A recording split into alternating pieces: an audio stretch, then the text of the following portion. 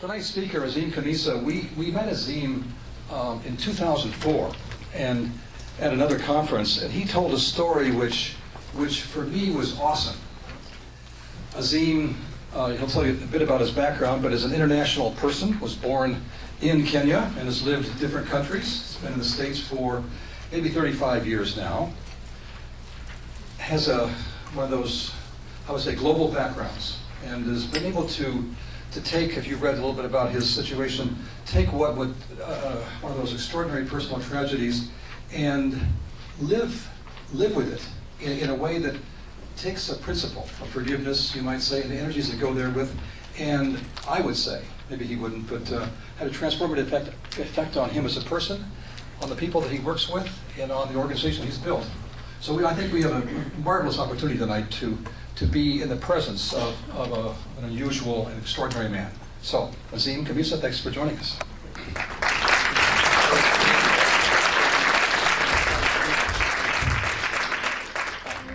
Time now for our Friday Making a Difference report, and the story of a man whose capacity for forgiveness is astonishing.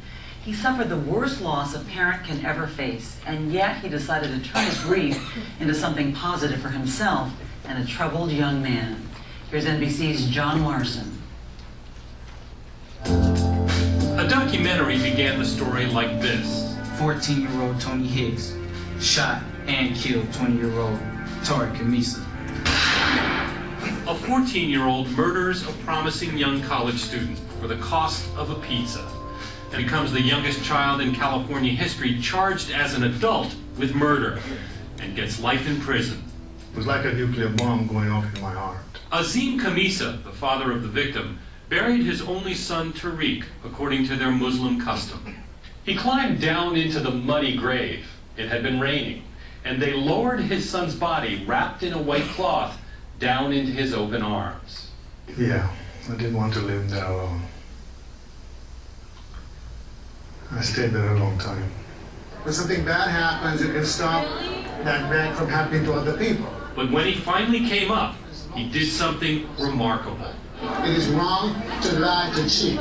First, he forgave the family of the killer, It was a defining moment in my life. Only through that forgiveness, which in turn helped Azim start the Tariq Khamisa Foundation, speaking together to more than 1 million children about the real pain of violence. Sometimes it scars the soul forever. Then, Azim visited Tony Hicks, the killer, who had never had a father, and forgave him too. His forgiveness wasn't something I expected. Now Azim is lobbying to have Tony released from prison early, like he was his own son. And when he gets out of prison, what do you hope for him? We'll have a job for him at the foundation. So you're going to hire him. Absolutely. This is the killer of your son. Yes. Tony says now he knows what a real father is. I had a man forgive me for taking the life of his son. And he will work for that father, and for many who maybe never had fathers, someday, whether he gets out early or not. John Larson, NBC News, San Diego, California. So, thank you. Azim, please join us. Good evening. It's truly a pleasure to be here at a spiritual conference. I was looking at the agenda, I thought, man, I would have liked to have been here for the full conference.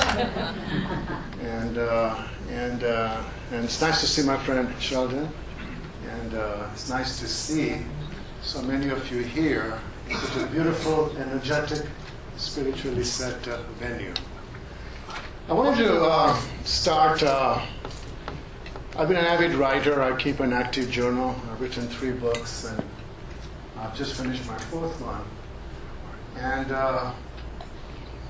after Tariq passed away, which is very complex, I'm sure, for most of you who are parents or grandparents, I don't know what's more complicated in life than losing a child. It was devastating. And 3 months after Tariq died, I made the following entry in my journal. There's nothing quite so painful as a broken heart. There's nothing quite so painful as a broken heart. But a broken heart is an open heart. If one can learn to live with an open heart, gentle transformations begin to happen. And I think as you explore that we're entering the Aquarian age, I think it is going to be one where you have to transcend the intellect, which is the mind, and also you have to transcend the emotion, which is the heart. Because the one thing that I've learned in my journey, that in life you're going to get problems that your intellect will not be able to solve.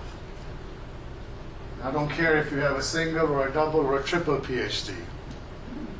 I found that out. I was born in Kenya, as Sheldon pointed out. I was educated in England. My education is in math and finance.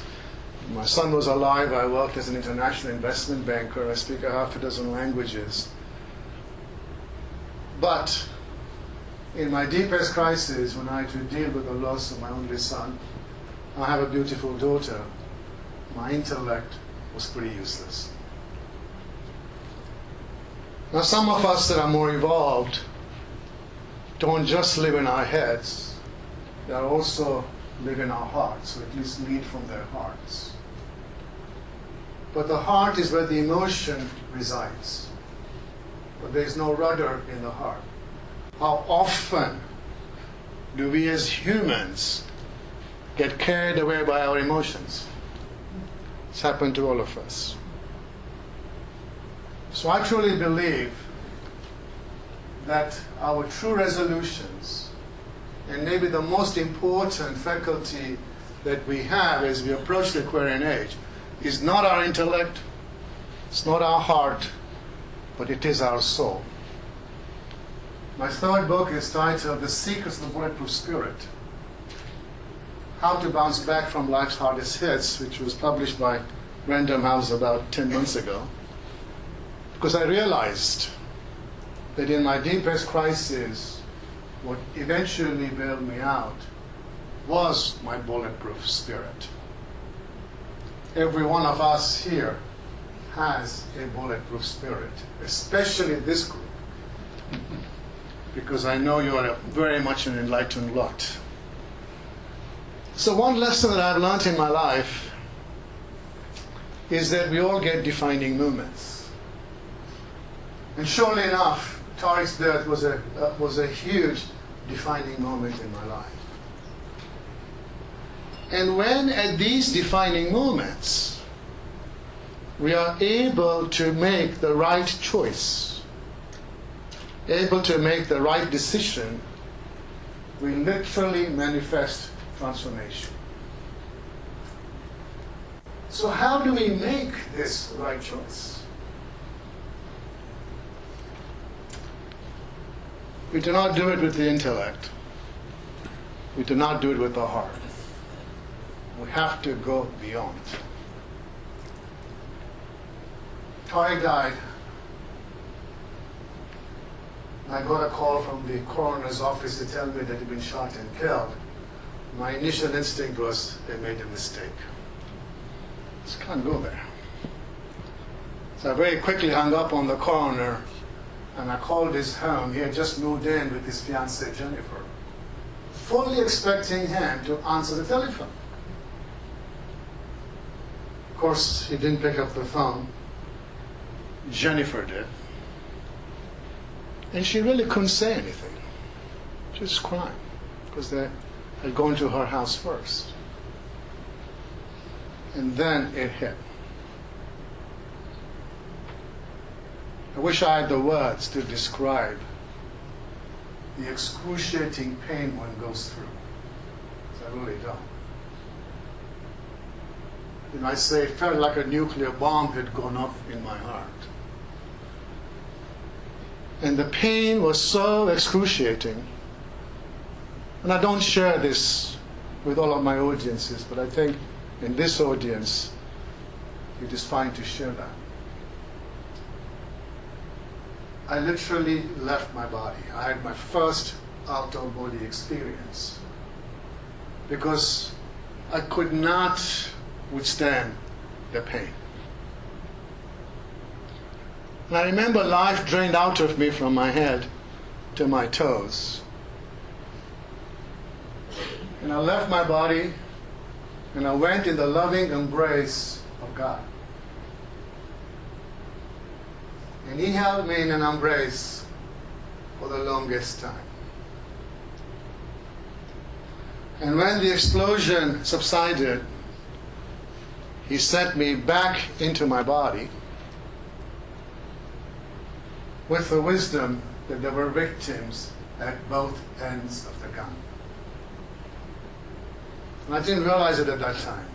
So I was totally devastated. I live by myself. I don't have a family in San Diego. My family lives in Vancouver, Canada. My brother lives in Seattle. So my best friend and his wife were with me an hour and a half after I found out that Tariq had been shot and killed. And Kit, which was my Dan's wife, went to get Jennifer because she was by herself. Her parents lived in Hawaii. Her father worked as a dentist in the Navy. And Dan and I were alone. And he looked at me and he said, whoever these kids are that took Tariq's life, I hope they fry in hell. And I looked at him and I said, Philo, what I see is that there are victims at both ends of the gun. And Dan broke down and cried. He says, Azim, where do you get this strength? Dan and Kurt have a son called Adam, who was 12 at that time. He says, somebody took Adam's life, Azim. I not only want the killer, I want the whole clan. Where do you get this strength? And I told him, I hope you never have to find out that Adam dies. And Dan's not a violent person. He spent 18 months in an ashram in India, and he reads the Bhagavad Gita, carries it in his briefcase. If you ask Adam, he'll say, my father is a Hindu, my mother is Jewish. They're both very spiritual people. But that particular line was never said before. You know, when I said there are victims at both ends of the gun, it was never said. This is 15 years ago. It happened in San Diego in January '95. I mean, you know, the stories had a lot of media, and every major newspaper, pick one, New York Times, Washington Post, People magazine, they've all, when they write about my story, they always put the quote that there are victims at both ends of the gun. I did not know much about gang violence in those days, because I worked primarily in the financial industry, primarily in the international financial industry, regularly flying from London, chain suitcases and go to Tokyo. And then after Tariq passed away, I remember it literally took all of my willpower to climb out of bed. There's no energy. But since he was murdered senselessly by a gang member, I wanted to understand why our kids join gangs. And the answers I got horrified me. It was a huge problem. I'm sure some of you that understand youth violence, the second biggest cause of losing kids. We lose a child to automobile accidents every 15 minutes. 75 kids every single day in our country get shot. 16 die, the others end up in wheelchairs. If that was not a travesty, another 237 kids are arrested for violent crime every single day. I'm talking kids, ages 12 through 18. It's a huge loss.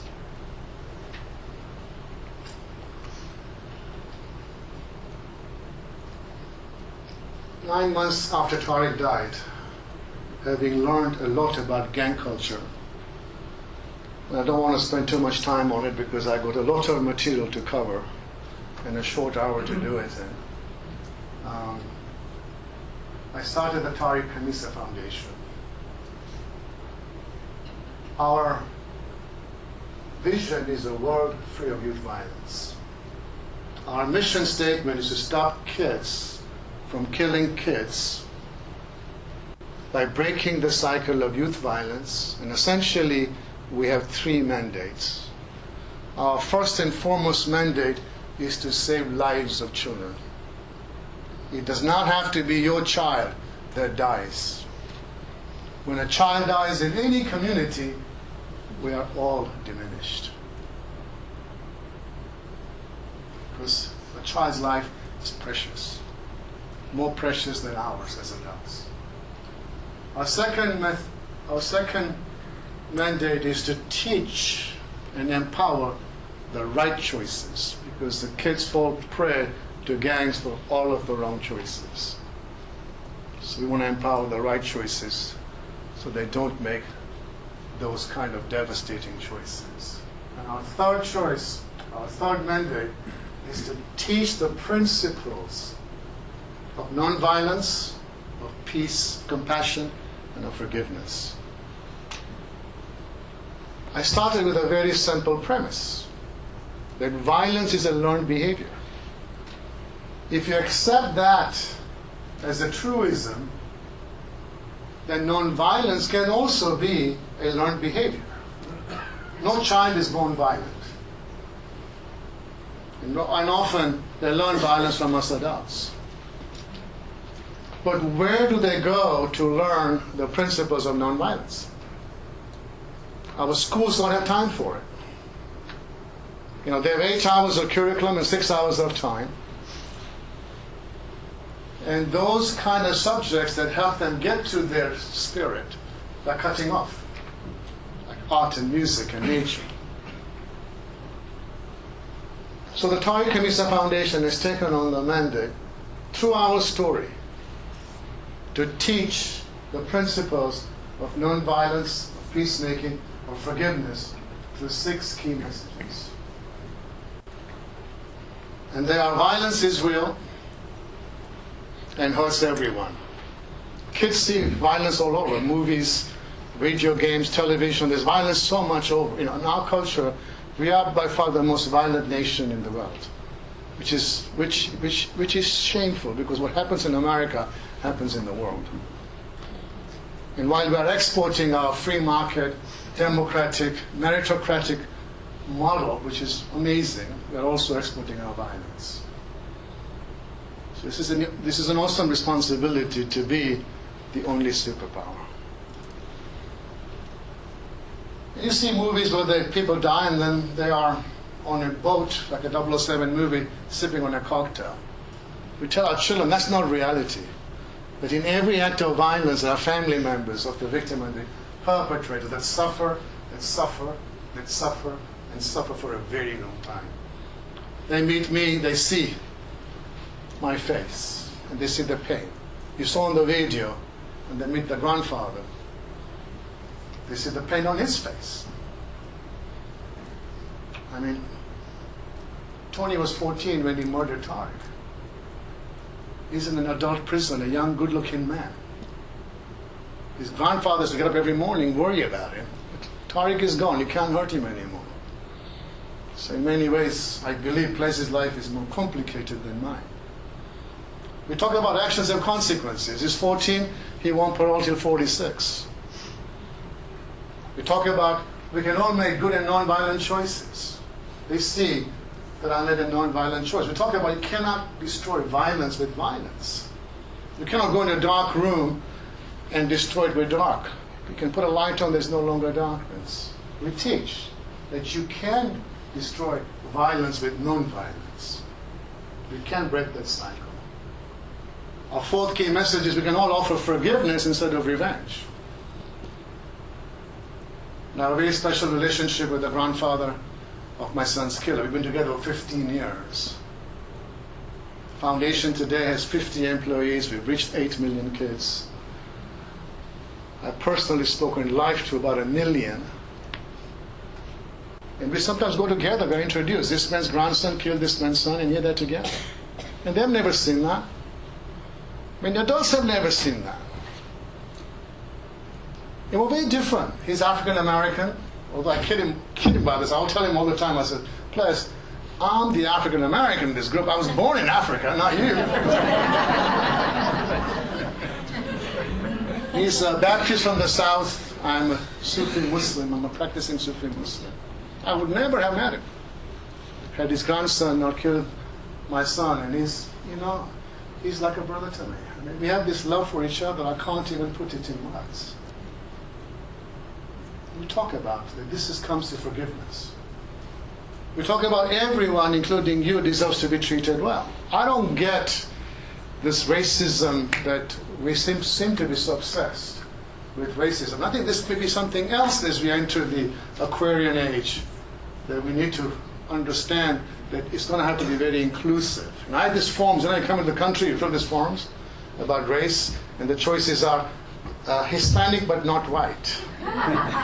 Hispanics don't care what color you are. Native American but not white. Isn't that just a little choice? And then it goes through, Caucasian, African American, Asian, and then there's this little bottom thing, the last choice is other.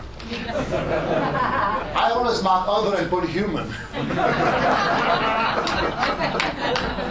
What difference does it make? Unless we get to that point that we're one human race, we don't have a prayer, right? And I'm glad we don't all look the same. And we get this point across to the kids. Everyone, including you, deserves to be treated well. America is a melting pot. In Southern California, they speak 138 languages. And we are promoting this concept. And they see Pleasant and I look very different. I mean, he has dreadlock that go down to here. We speak differently. And our last message, which is my favorite, is that from conflict you can create love and unity. I love symbology. In the Chinese symbology, the symbol for crisis has both, and crisis is a conflict, it's a very big conflict. The symbol for crisis has the symbol of danger and the symbol of opportunity. Because in a crisis, the danger is to create more conflict. The opportunity is to create love and unity. Conflict is not a bad thing. As humans, conflict will never go away. There's conflict between spouses, mother-daughter, father-son, business peers, and listless ex-wives, husbands, whatever. But in that conflict, there always lies that opportunity to create love and unity. And I believe that the answer of creating love and unity is through forgiveness. So how does forgiveness, the title of my talk is The Role of Forgiveness in High Performance Leadership, in building organizations or converting organizations to get ready for the Aquarian age. This is going to be a new paradigm. So how does forgiveness play an important part in an organization, or in a corporation, or in a non-profit, or even in a conference like this? Wherever there are humans, forgiveness plays a very important part. So 3 years ago, I met a very special lady who is a PhD in organization development, and she has a lot of knowledge about many of the change management models that are out there. And I've taken my experience as an international investment banker, because I have rich experience in business, and the work that I've done in my nonprofit, and we've created what we call a model that creates passionate performance at all levels. We've tested it at NASA, at universities, at corporations. And TKF is a living example of it. And this particular model is something that is a 2-day workshop. And I'm going to try and get it very tightly in so that we can also have some time for Q&A.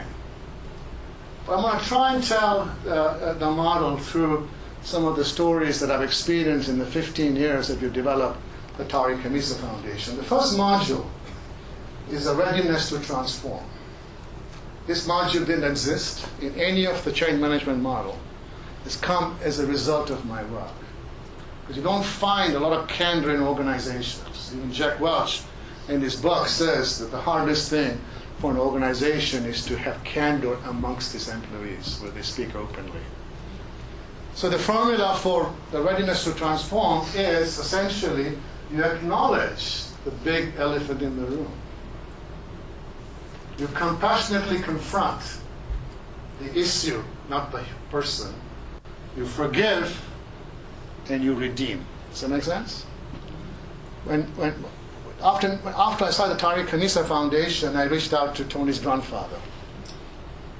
This is an example of the readiness to transform. Because you're working, remember now, not at the intellectual level, not at the emotional level, you're working at that transcendent level. I've coined a word called cellular, which should work well in this group. Because essentially we're trillions of cells. But what I believe is that when you shift at the cellular level, it's much deeper than the cellular level. That your actual DNA will, the sequence of your DNA will rearrange. I know I'm a different person now than I was when someone was alive. So you shift at the cellular level, that kind of transformation is sustainable. So I meet Ples. And I called to him and I said, Ples, you know, I don't come to you in revenge, in anger, or retribution. Because what I really see here is we both lost a son. My son died. And your grandson you lost to the adult prison system. There's nothing I can do to bring my son back from the dead. Nothing you can do to get your son out of prison. And I've started this organization in his memory to help me and my family deal with this loss in a positive manner. And I have a very lofty mission to stop kids from killing kids. I've really come to ask for your help. Because I can't do this by myself. It behooves both of us, because it was your grandson that took the life of my son. While I can't bring him back from the dead, and you cannot get him out of prison, the one thing you and I can do is make sure no other young soul in our community ends up dead like my son, or ends up in prison for life like your grandson. Will you help me? That's compassionate confrontation. And he was very quick to take my hand of forgiveness, because he could see that I came in with a forgiving arm. And I invited him to join me, and that gave him the opportunity to redeem himself. Does that make sense? See how powerful this is? He's not a bad person. He has a master's degree in urban development. He has a wonderful home for his grandson. I had no clue his grandson was in a prison. I mean, he was in a gang. He's as committed to this work as I am. Now, do you see that kind of stuff going on in organizations? Oh, they fire your butt, right? So this is an important piece. The readiness to transform. And when you work at this level, you're working at that cellular level. And the basic attitude as you go through this particular module is to be open. And once you've gone through it, you're made whole, right? You're kind of kissed and made up. Does that make sense? Now you can define your future. That's the second module. And to define your future, you have mission, vision, and core values. And I don't want to spend a lot of time on mission and vision, because you can read the Harvard reviews and there's plenty of stuff on there. But I do want to spend some time on core values. Because core values are very, very important. They help you through the good times, but they really help you through the bad times.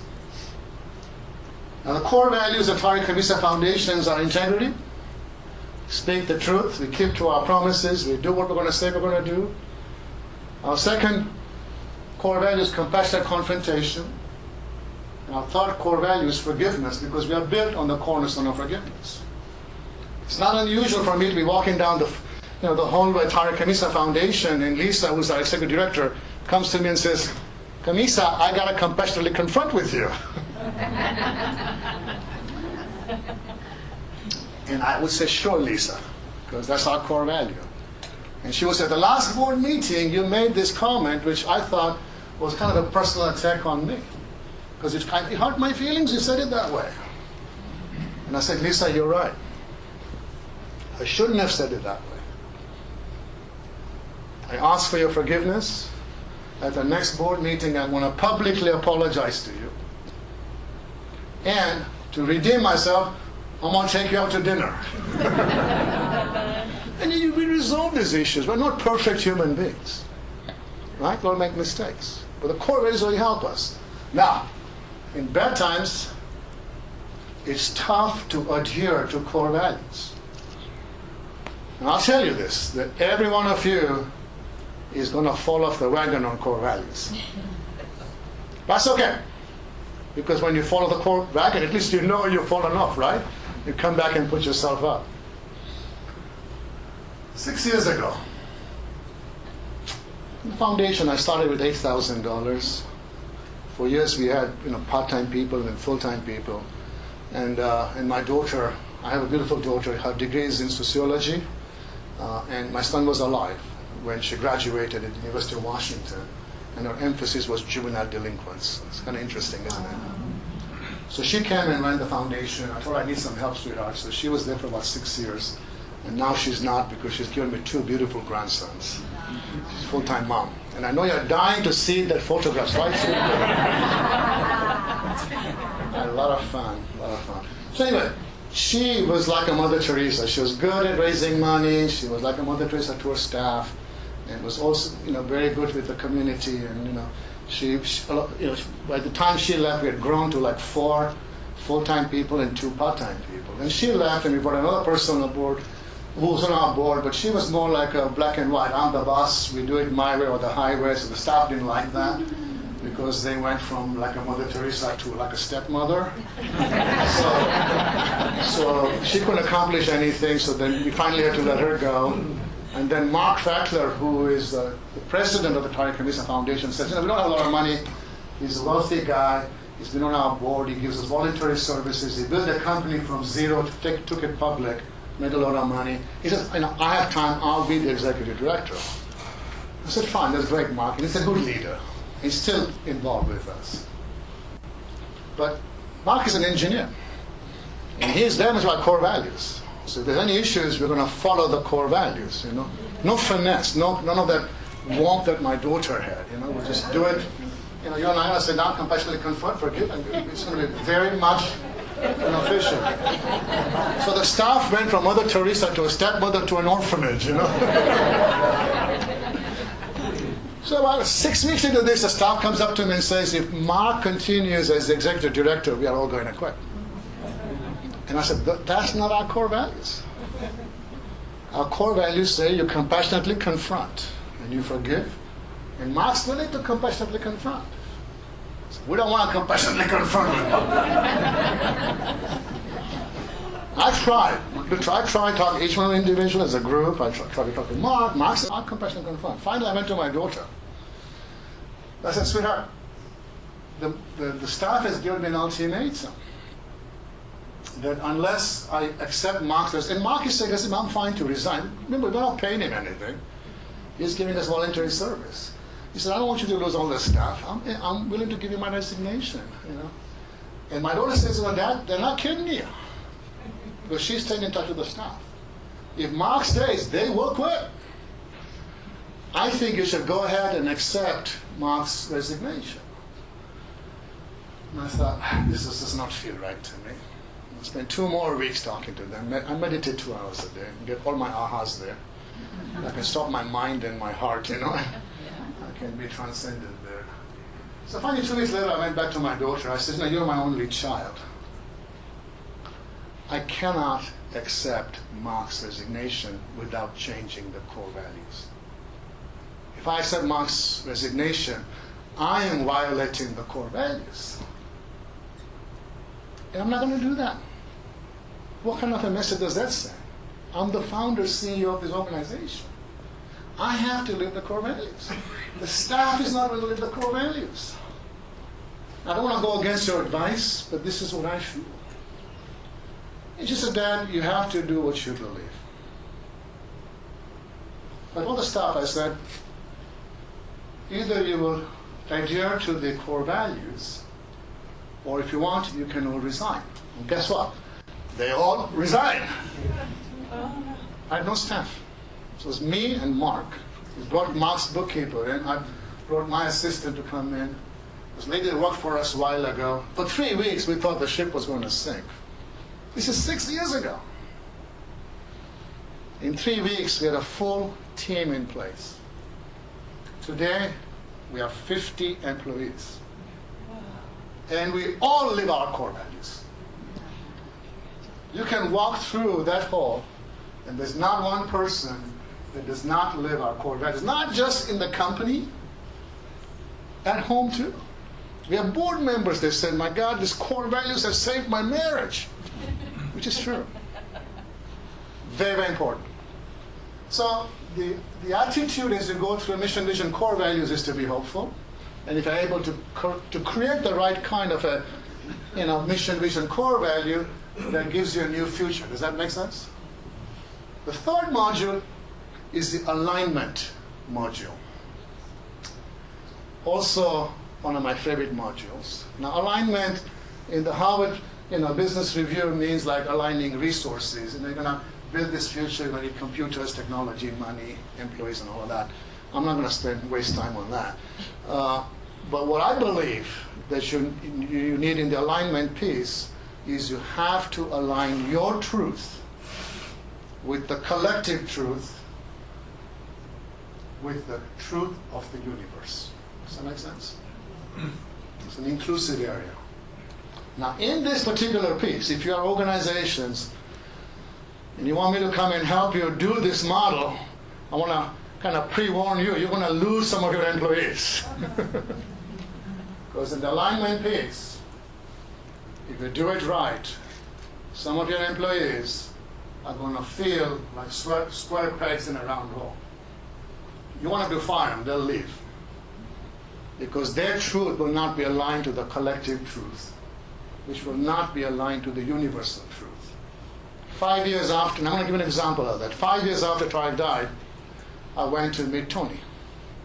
I figured that at some point, to get my journey complete in forgiveness, I'm going to have to come eyeball to eyeball with the kid that killed my son.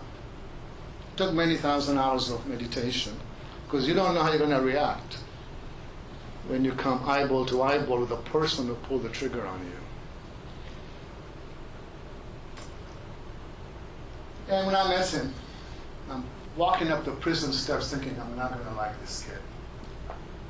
And I killed my one and only son.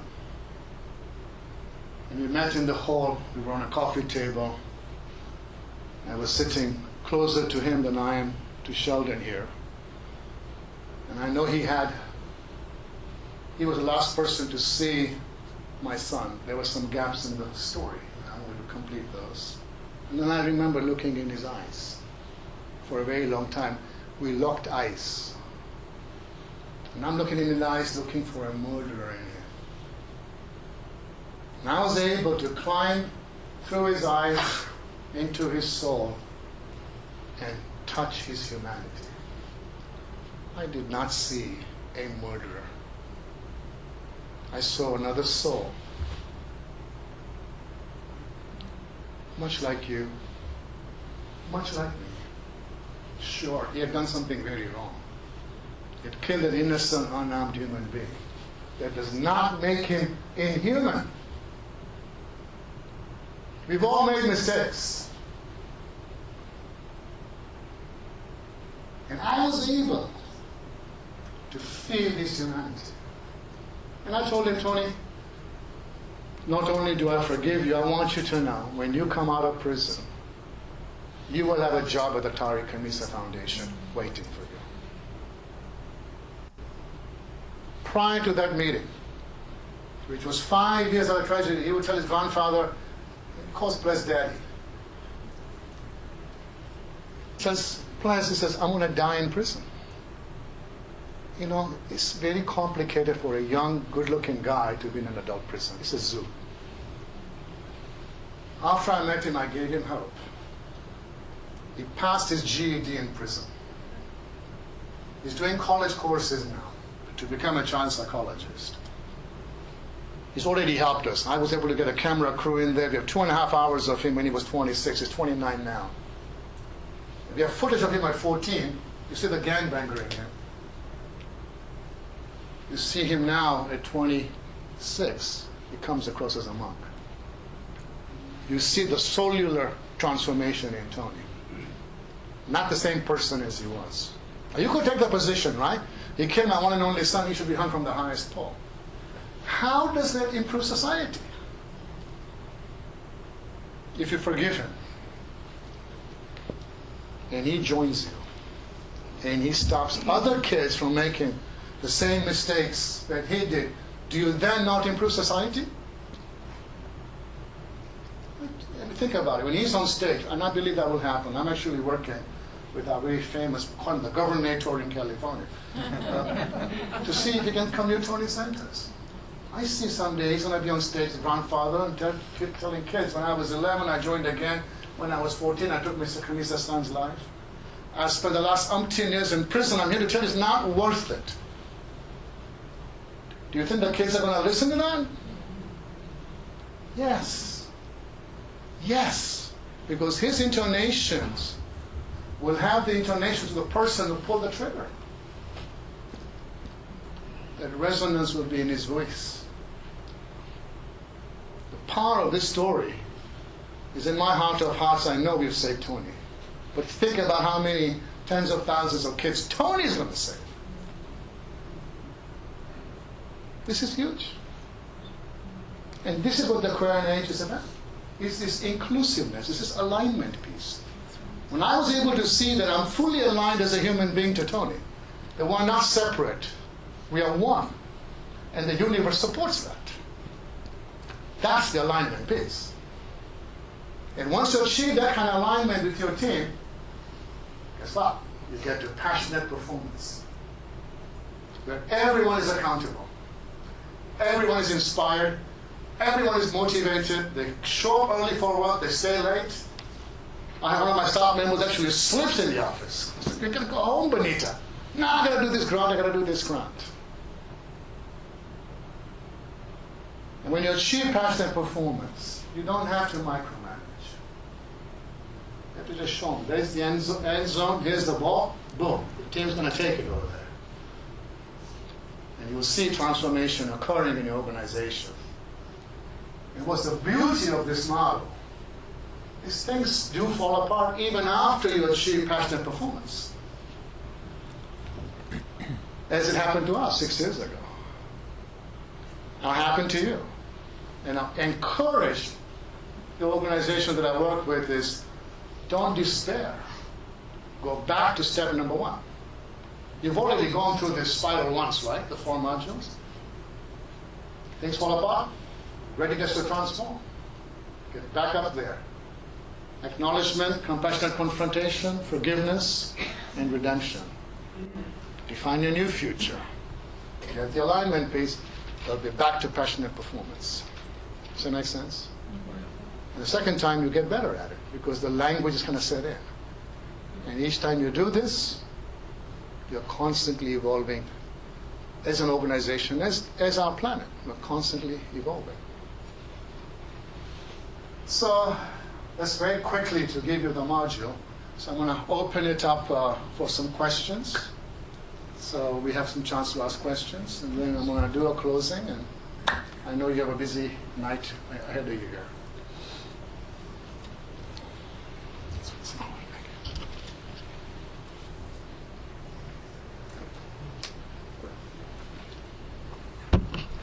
Tanya, yeah, we'll go over here first, yeah. Do you work with drug addicts? Second? Do you work with drug addicts? Yes. We have 6 programs now in our schools. We are very much at the leading edge. We have a program called the Peace Empowerment Project, the worst high school in San Diego in the Encanto area. We have a full-time TKF member. By the way, we give all of our programs for free. The foundation now is a $2 million budget. Because the schools we go to don't have money for toilet paper. And we have one for parents. We have during school, after school, before school. So we have a full-time TKF staff member on the high school, a full-time TKF staff member on the middle school, and 2 floating ones on the 5 elementary that feed the middle school. In the first year of a 3-year pilot, we've reduced violence on the most violent high school in San Diego by 25%. Which is huge. 3% is statistically relevant. all of our, and I'm a statistician because I came from the business, so we measure every, I'm very outcome driven. San Diego State does all of our evaluations, and they were so blown away that the dean of the School of Letters and Arts, San Diego State University produces more teachers than any other university in our country. He says, Azim, we're so blown away. We would like to create a Tariq Khamis Foundation and our professorship of peace and nonviolence on our campus. So every teacher that comes out of here will be trained in your curriculum. And I just wrote a letter, and I have over 100,000 letters from kids. Every time I go to the school in the street, kids will write. And I got one that I read on the plane here. It was like 2.5 pages. I'll never take drugs. I'll never join a gang. I will stay in school. I want to support my family, I mean, it just went on and on and on. They're so thirsty for this knowledge, Your work is limited to America or is international? I speak all over the world. I speak, I was in Switzerland twice last year, Australia for the 4th time. I spoke in Canada. I'm going to Mexico next week. But the foundation primarily concentrates in Southern California. We do programs other ways, but we can't do all of our 5 programs. And I speak by myself. Sometimes players will join me. Eventually, we want to bring our programs to every classroom in the country, but it takes money. It's very difficult to raise money for all classrooms.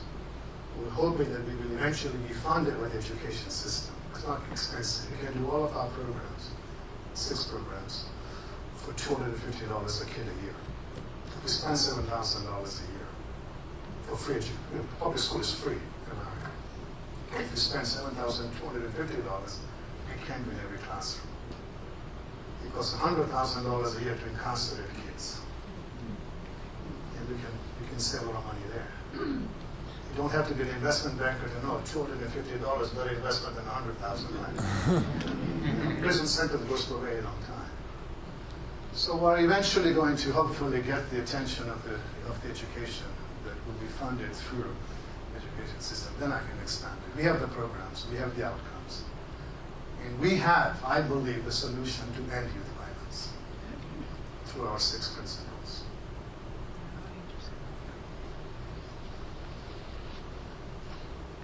What was your spiritual orientation before your son was killed? I am a Sufi, I'm a Muslim.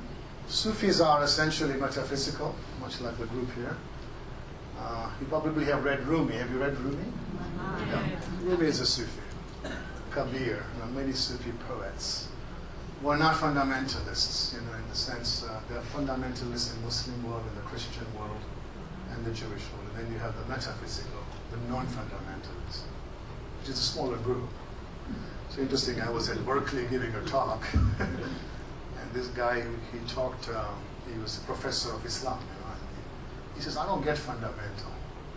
He says, it's not much fun. It's not very mental. So he says the meaning must lie in the middle syllable, da.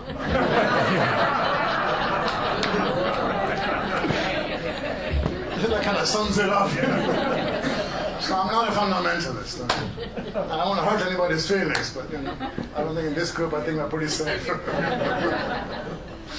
Azim, I know you've focused on gang violence. Yeah. One of the things that is increasing is bullying resulting in suicides, the indirect deaths.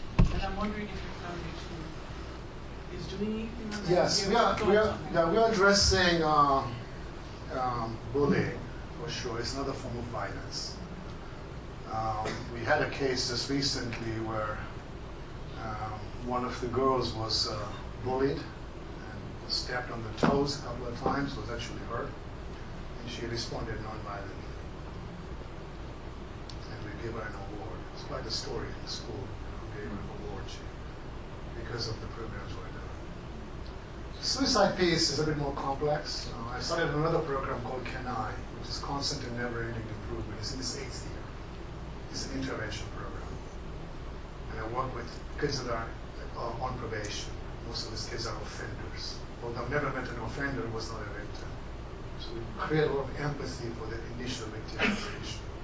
And we go through 4 steps with them. First one is to take responsibility for your action. ask forgiveness of people you've hurt. And we can actually arrange. We have a program called Victim Offender Reconciliation Program. Very, very healing. Number 3, forgive yourselves. They're young. If you can't forgive yourselves, you can't move forward. The 4th one is redemption. Is that all of these kids are involved in giving back to the community. That they are going out working with other nonprofits, making sure that they're helping other kids not make the same mistake. And the more they do of that, the easier it becomes for them to forgive themselves. That's an important piece in the suicidal piece. So in the CANI program, we've been able to make an impact on it. CANEI, constant and never-ending improvement. If you're interested in any of these programs, please see me afterwards. I'll give you some of my business cards, or I can leave some here. Feel free to email me, or we have some good programs. And I don't know. I know that Sheldon told me that there are some people in the room that are in peace education. So if you're interested to delve deeper into it, we have a program called Ending the Cycle of Violence. It's under $250. We have a DVD on each of our 6 key messages. We have developed 30 some experiential exercises. And we teach classes on empathy, on compassion. I'll give an example. Every one of our class has a theme. Like the class on empathy. And my daughter actually was teaching this class.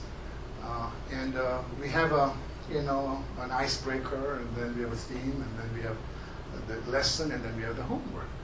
And the theme for empathy is, you don't know me till you walk a mile in my shoes, and I don't know you till I walk a mile in your shoes. Because you can't have empathy for somebody you don't know. And you walk a mile in my shoes, you get to know me. I walk a mile in your shoes, I get to know you. And then we teach the lesson on what empathy is. It's a big word for a 7th grader. And then they're going to practice empathy. So they'll go find somebody, or this next week, and walk a mile in their shoes. And have them walk a mile in your shoes. And the next week they get a lesson on compassion. And who wants to share their homework? And this guy's name is Alejandro. He goes by Alex, Hispanic kid, puts his hand up. And my daughter's telling me this story. She says, when his hand went up, I thought, oh my God, this is the most disruptive kid in my class. He's going to ruin my entire class. But he said what he shared was so powerful. He said, I was walking in the hood last weekend, and I saw this kid giving me a dirty, angry look. The kid giving him a dirty, angry look is an African American. Now, he says the rules of the hood are very simple. The kid gives you an angry, dirty look, you go beat him up. But because you taught me, you don't know me till you walk a mile in my shoes, and I don't know you till I walk a mile in your shoes. I walked to this kid and said, why are you giving me a dirty, angry look? So what did the kid tell you? He said, I'm not giving you a dirty, angry look. I'm angry because my brother was shot and killed last night. So what did you do? I reached out to him. I held his hand. We cried together. I told him, I know how you feel. Because my uncle was shot and killed 6 months ago. Do you see the power in this? One lesson. Tell me you cannot teach the principles of nonviolence. And Alex walks the hood every weekend, not last weekend, right? This stuff works. And I have so many stories like that, but it just, it's amazing. I really didn't know I had this in me to do this work. And I was an investment banker. I'm an international investment banker who's now a social worker. But look at it as a step up in my career. I can go to an elementary school and get 500 kids come up and hug me. I never had that in investment banking. Not today. Not today, it's all right. I probably got out at a good time, right? Yeah. All right, any more questions? One or two more questions? Yeah. Yes, I'm curious about the structure of your program. Are your 50 staff members interacting directly with the students? Are you treating the teachers? And are you invited in? Or is the principal dictating that they're going to do this? All great questions. Are you a teacher? Well,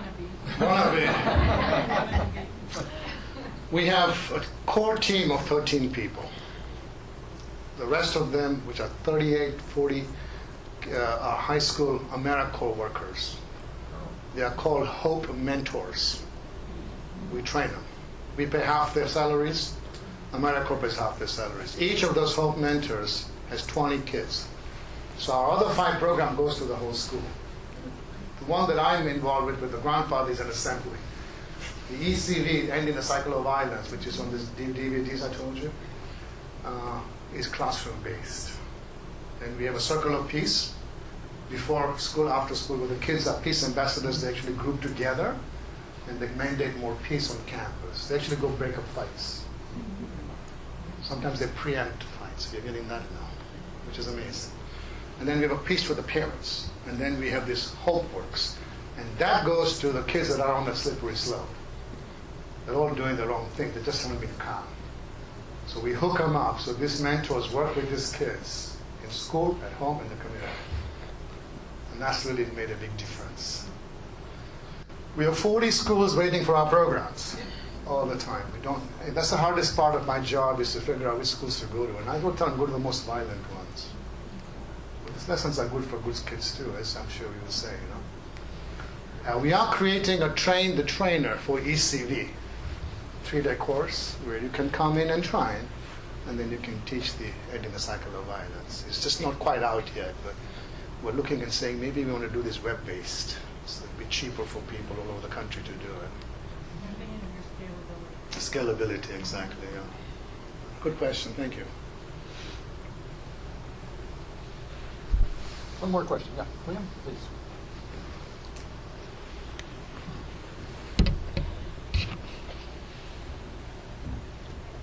I live in Washington, D.C., and gang violence there is pretty well known.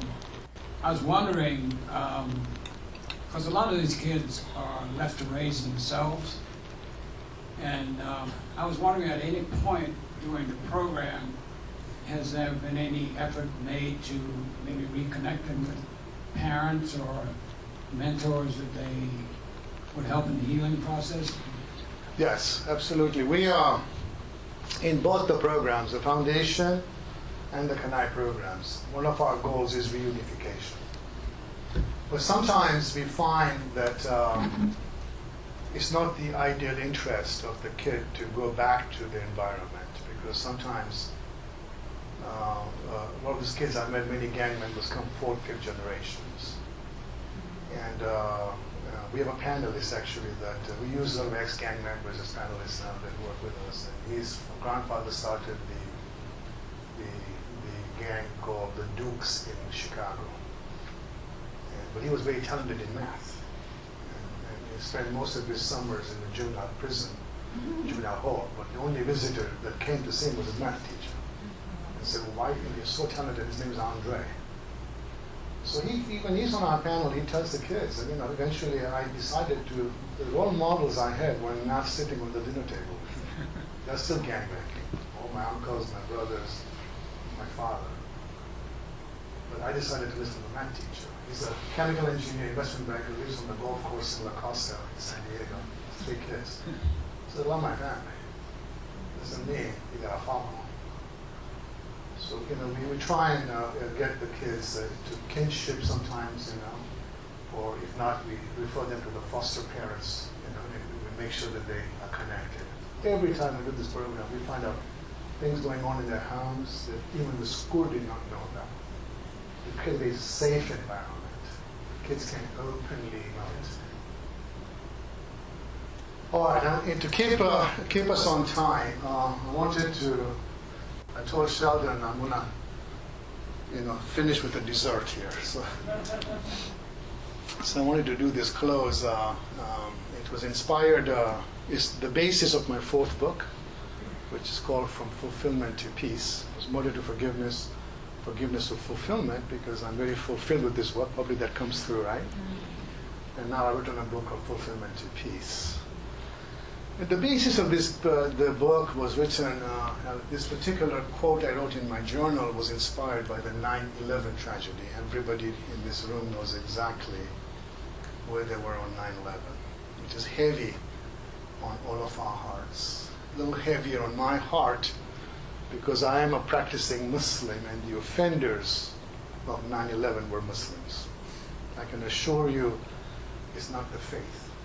It's the same faith helped me to get to forgiveness. It's politics. And that's a separate conversation. So that kind of threw me into very much into an introspective mode. And after several weeks, what came out of me was this quote, which I call my peace formula. And it starts like this: sustained goodwill creates friendship. Now that ought to be obvious because you don't make friends by bombing them, right? You make friends by extending goodwill. Right? So it starts this. Sustained goodwill creates friendship. Sustained friendship creates trust. Sustained trust creates empathy. Sustained empathy creates compassion. Sustained compassion creates peace. Does that make sense? My peace formula, okay? Goodwill, friendship, trust, empathy, compassion, peace. But people ask me, how do you extend goodwill to the person who murdered your child? I tell them you do that through forgiveness. As it's evident, it worked for me. It worked for my family. What's even more miraculous, it worked for him. It worked for his family. It can work for you, and you, and you, and you, and your families. It can work for the United States of America. Indeed, it can work for the world. So my sisters and brothers, what I want to leave you with is that I believe that peace is possible. How do I know that? Because I am at peace. Thank you so much. Have a good night.